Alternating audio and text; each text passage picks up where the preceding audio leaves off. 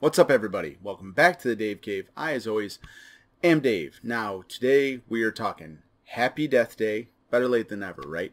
Happy Death Day is directed by Christopher Landon, stars Jessica Roth as Tree and Israel Broussard as Carter. Those really only two characters that you need to know. There's a bunch of other supporting cast, and they do their job well, but those are really all you need to know. And real quick, generally, if you don't know, the plot of this movie is a murdery Groundhog's Day. That's it.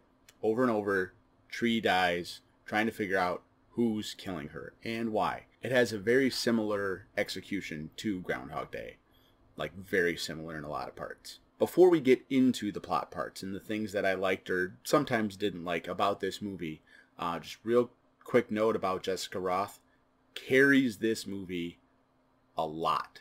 And despite how this movie goes and the general concept of it and how everybody knows basically that this is a murdery Groundhog's Day, Jessica Roth as Tree does a very good job of taking this role seriously when it needs to be serious. Like, does a really good job at some parts, and has fun with it when it's time to have fun with it, because this role calls for having a lot of fun with it at some times. So like I said, this is a murdery Groundhog's Day. You go into it knowing she's gonna bite it a lot, and she bites it a lot. But what I liked about that is that they kept it fresh. I thought that, and I worried that it was going to be the same kind of kills over and over and over again. Every kill is fresh, and I liked that a lot. It kept it interesting. After the first one, I'm like, okay, it's going to have, going under the bridge and all that shit. It's going to be that same retread over and over, and how she avoids that, and then how she avoids, going to this.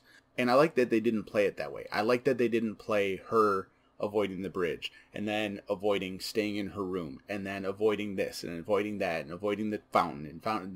I like that they just had it be different kills, and just as she lived the day a little bit differently, things changed accordingly. And speaking of every kill, holy shit, that cop scene. It dropped my jaw, and I thought it was easily the best kill in this movie. Hands down. And with all of her kills, I thought it was a very cool scene. Her investigation of who it could be, who it isn't, and how in those kills, it struck all these names off of her list. It eliminated them, sometimes literally eliminated them from who could be trying to kill her. I like that. It was a very different kind of whodunit in that aspect, is that there's no, oh, maybe it is, okay, now it's not, oh, maybe it is, now it's not. It's, yep, nope, yep, nope, yep, nope, yep, nope. And I like that a lot. It helped you stay focused on the line. It didn't have you guessing here and there, and it let you follow the story a lot easier, because this movie is not to be taken very seriously. There are times of high tension, for sure, but overall, this is a fairly light horror movie. Like I said, it doesn't take itself too seriously. It does. I mean, there's serious, very serious parts of it. Some very emotional parts. But it is not a movie that is going to shake you. You're not going to go home and have nightmares about this movie at all. And real quick, touching back on the kills before we move forward, I liked the idea that the kills were wearing on her, and that they wore her down, and that gave a sense of urgency, because, like Carter says early in the movie, she has infinite tries. So she could just keep doing it over and over and over and over and over and over and over until she fucking figures it out. But then they give this sense of urgency to it. And knowing that there's a sequel, obviously I didn't expect Tree to die in this movie for real, but knowing that there's a second movie, I'm very curious to see if that aspect plays into the next one. Like, if closing the loop heals all of those wounds as if they had never happened, because to the world, the 18th happened and then the 19th happened. Not 18 happened times 16, 18th happened and then the 19th happened. So if her body reset in the world, or if it's going to play in the next one that she is that much weaker to try to stay alive. We'll see.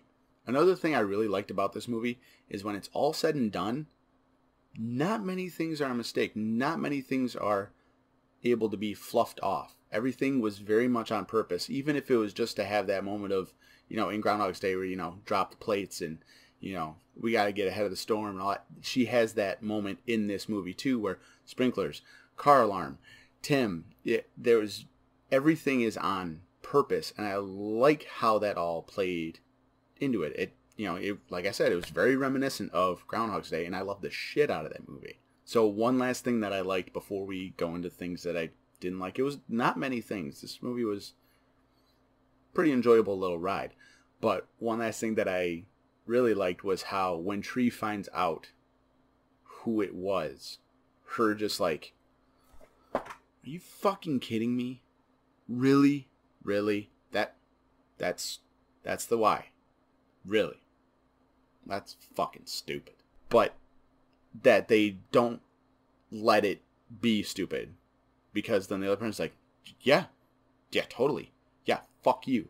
And then they just, go into it. And I liked that they had that moment where they had a couple, like the Groundhogs reference, they have winks and nods to be like, yeah, we know. Just go with us. Now, there are two things that stuck out to me that I didn't like about this movie.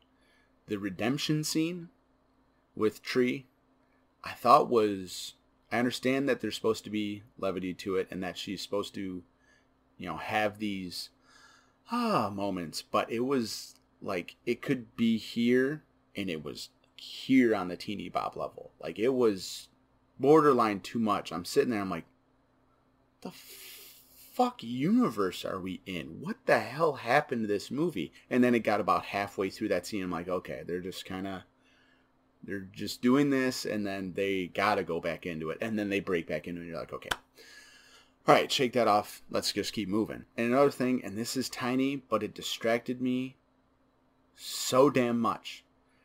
Carter's hair, all the scenes that are in the diner, he has different hair. It's so disgustingly obvious that it's reshoots. And like I said, I know that it's a petty gripe, but it took me out of it. I'm like, yeah, no, this didn't get filmed back when they did it. He's got, it's sticking up a lot more, and it's just completely different. I hope they don't make that mistake with the second one. So to wrap up here, like I said, it's not a heavy horror movie. It's a fun one. I had fun with it. I enjoyed watching it. It wasn't too tense. I've had a few tense movies that I've watched recently, and this was a nice little change of pace. And I would say for sure it's worth the rent. It's worth the watch. I might buy it someday. It's possible. I could see actually with how this movie is that it's one of my, I might throw it in, might not, for my 31 Days of October watch, because I try to do that every year. And I can see this fitting into that pretty easily. And I was surprised how much I actually enjoyed this movie, because I knew the twist. I hadn't known it for a while, and then I learned it very recently, and then the trailer showed it, and holy shit. But going into this, knowing the twist, I was actually able to appreciate the head fakes that they were throwing. Because I was like, oh, okay, we're supposed to believe this is here, and then this is, and then, okay, yeah. And I liked that. I was able to appreciate it in a different way than if I knew who it was the whole time. And having seen the trailer, I'm excited for the second one. I'm looking forward to seeing how they keep it going and what ways they're going to kill her, kind of. I'm kind of excited about that, kind of in like a Final Destination kind of way. I hope maybe the second one is the last one, though, because I don't want that to just be let's see how many times we can kill Jessica Roth. I don't want that at all. But I'm going to call it right now, based on the trailer, that the killer is some kind of alternate universe, alternate timeline Tree.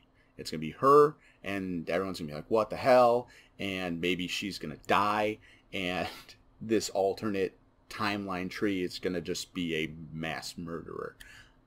I think I could get down on that, actually. And I'm aware that that is a ridiculous theory, but this movie is ridiculous. It's inherently ridiculous, but that's why it works. It's okay to have light horror, so to speak. All right, that wraps up my review of Happy Death Day.